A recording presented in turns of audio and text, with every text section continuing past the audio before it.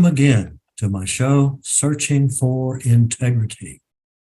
My name really is John Smith, and I'm searching for people with integrity. Why? Because our country suffers from IDD, Integrity Deficit Disorder. Today, we are going to explore more about, with yours truly, as your host and the guest. At the helm, engaging with Q&A, question and answers. I'll play both parts of these information concerning recession. Recession. It's all I hear. It's all I see. And I hear a lot of questions about recession, and hopefully I can answer some of those as we get along and go along. First thing I would like to introduce would be the title is The Fed's Job Isn't Finished Yet. And it certainly isn't. People are asking if it's soon or is it later? And believe me, it's going to be later. The question is, Fed's job isn't finished yet. Okay, inflation is getting lower, yet it's still not low. Last month, the U.S. Department of Labor released inflation data for October.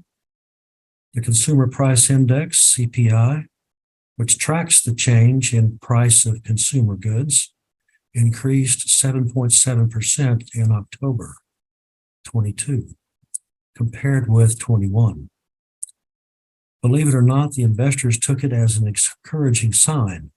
The CPI was 8.2% year over year in September and 9.1% in June. The market took off on the positive news. Things are definitely better now than they were in June. That being said, inflation is still historically high. We haven't seen levels like this since the 1980s. Here's why investors were excited. The Federal Reserve is looking for some sort of positive news as well. They will be in to sign in and stop raising interest rates so aggressively. The Fed has been dogmatic in its pursuit of lower inflation. Its primary weapon this year has been rate hikes. The idea is that by raising rates, it will become more expensive for companies and consumers to borrow money. Demand will fall and the economy as a whole will slow down. That will bring inflation down with it. The Fed's benchmark interest rate was nearly zero back in March before inflation took off. Today, the target range is nearly 4%. The average rate on a 30-year fixed mortgage has jumped from just over 3% at the start of the year to about 7% now. As long as inflation keeps rising, the Fed will continue raising rates. So the market rejoiced when inflation declined last month. And this trend continues. If this trend continues, the central bank might be able to take its foot off the gas after the CPI report came out. Vice Chair Lael Brainerd said that the Fed might decrease the size of its next rate hike. This is important because it takes time for rate hikes to work their way through the economy. Raising rates doesn't immediately lower inflation. Spending and growth can take months to slow down. Because of this, there is something of a lag between the Fed taking action and our seeing the results. If the central bank keeps raising rates when it doesn't need to, it could go too far. It might end up hurting the economy more than necessary. That's why the actual inflation number isn't necessarily the best gauge for when to stop rate hikes. Instead, the Fed looks at the overall trend. The next big question is exactly when the Fed should start to ease up. And your guess is mine and well. Actually, it's probably sometime in 2023 at the earliest, probably mid-year 2023.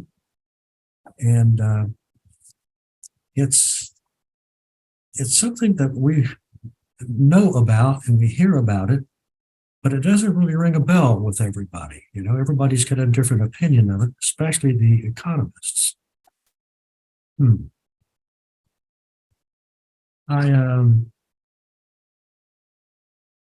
Fed has the right to consider slowing down the rates. However, we're not ready to celebrate just yet. Some history: back in the 40s, the market traded sideways for about a year and a half after the Fed started raising rates.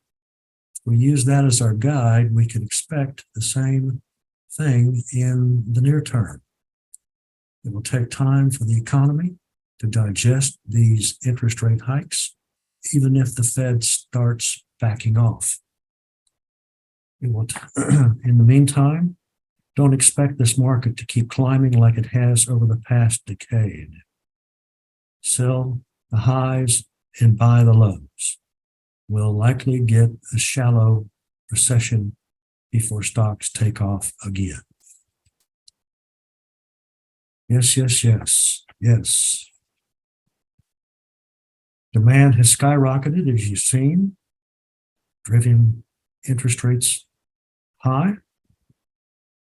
Prices of homes have taken the ceiling out and not taking much attention to that. But they do know that housing has gone berserko in terms of its price, how it's priced, and when it's going to come back down. And if you check, let's say you're looking for buying a home, you can check the MLS, multiple listing service, and ask them, for instance, realtor.com, and you can go into your area where you're looking for something that's basically been too high. Now it's going too low. And what they're saying is that there's price reductions, and they're very, very well placed price reductions. We don't think about $500 or $1,000. Some of these big dollar predictions are $40,000 to $50,000 as a reduction of the price. And of course, the people that had to have it and they couldn't wait for it last month, they bought it at the high side. This way now you're getting at the lower side, and we believe there are going to be some more in the future, in the near future, I will say. I have some questions. Here's one. How likely is a recession in 2023? A later recession is most likely, one beginning in late 2023 or early 2024. Predictions of recession timing are much more difficult than the eventual arrival of recession. So these forecasts should be taken with a grain of salt. How you like that? When was the last time you threw a grain of salt over your shoulder?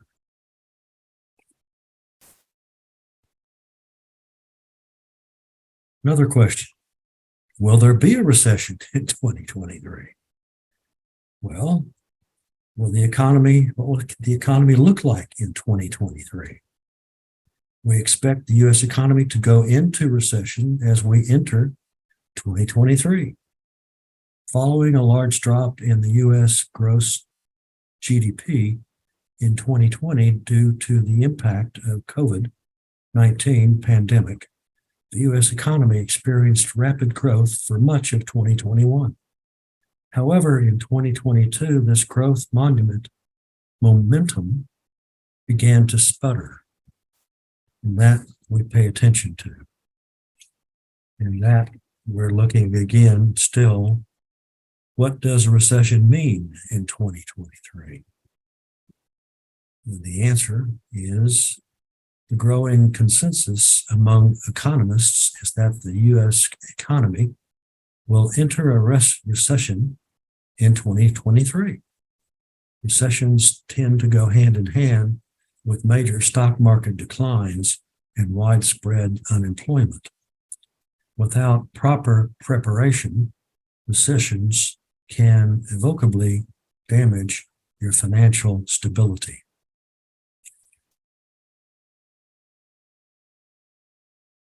The Fed had a rate hike this past month, and in that process, it was based upon the employment report that came out last week. That doesn't really help it in terms of it being a recession or not. One of the things that does happen with the recession, there will be more unemployed.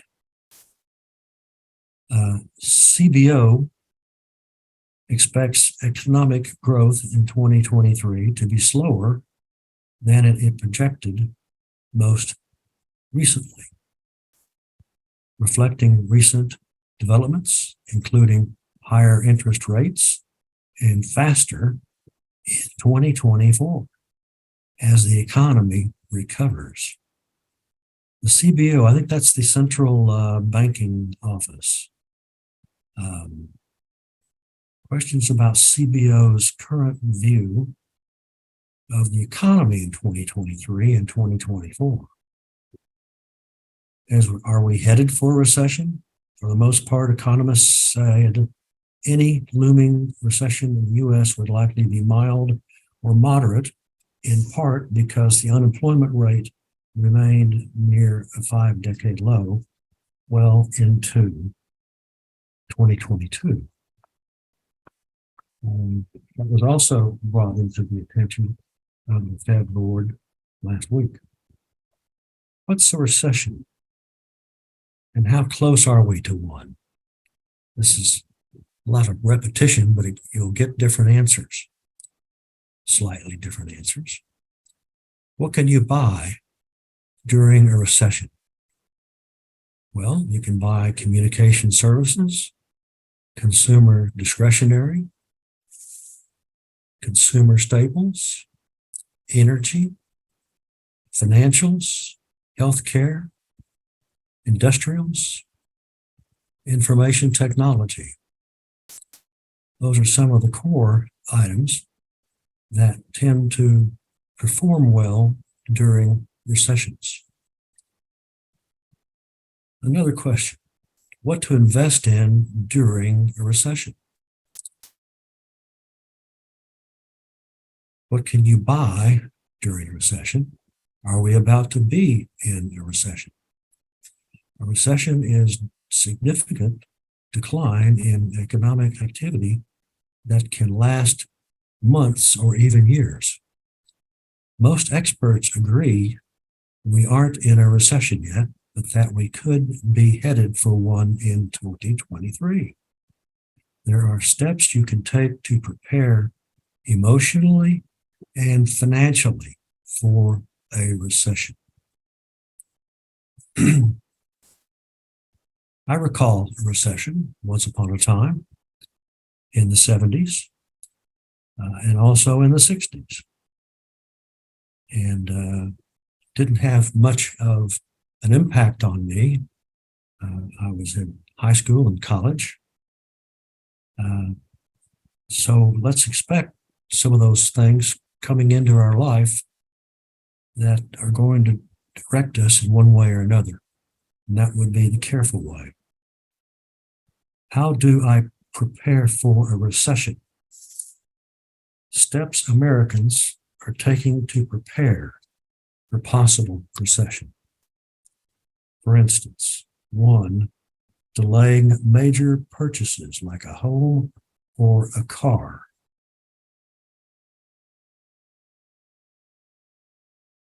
Number 2, paying down debt. 29% was favorite of that. Planning to reduce holiday spending, 28%. Allocating more income to savings, 24%. Staying in a job they don't enjoy, 14%. I left out the number 1, the delaying major purchases like a home or a car, and that was 34%.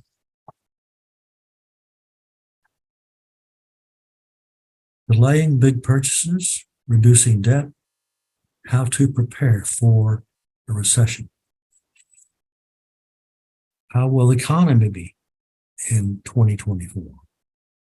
We maintain our call for a U.S. recession to begin in Q4 2022. That's where we are now. After 5 consecutive quarters of negative real GDP growth, 2024 will likely see an only muted recovery. We expect hikes of 75 basis points in November and December, 50 basis points in February, and 25 points in March, to a terminal rate of 5.25% to 5.5% before cuts come around again in September of 23. This will give you an interesting guess about what the Fed is and what they're doing with respect to trying to muter over the time their interest rates increases. Here's an easy one. How will the economy be, in 2024?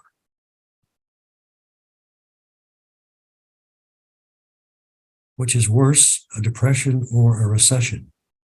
While recession and depression both describe periods of economic decline, these terms are not interchangeable. A depression is significantly worse than a recession and much rarer. Recession versus depression. How long will a recession last? The guess is about 10 months, but we don't know for sure. We really don't. The riskiest industries to work in include real estate, construction, manufacturing, retail, leisure, and hospitality. These are items that are going to suffer in a recession.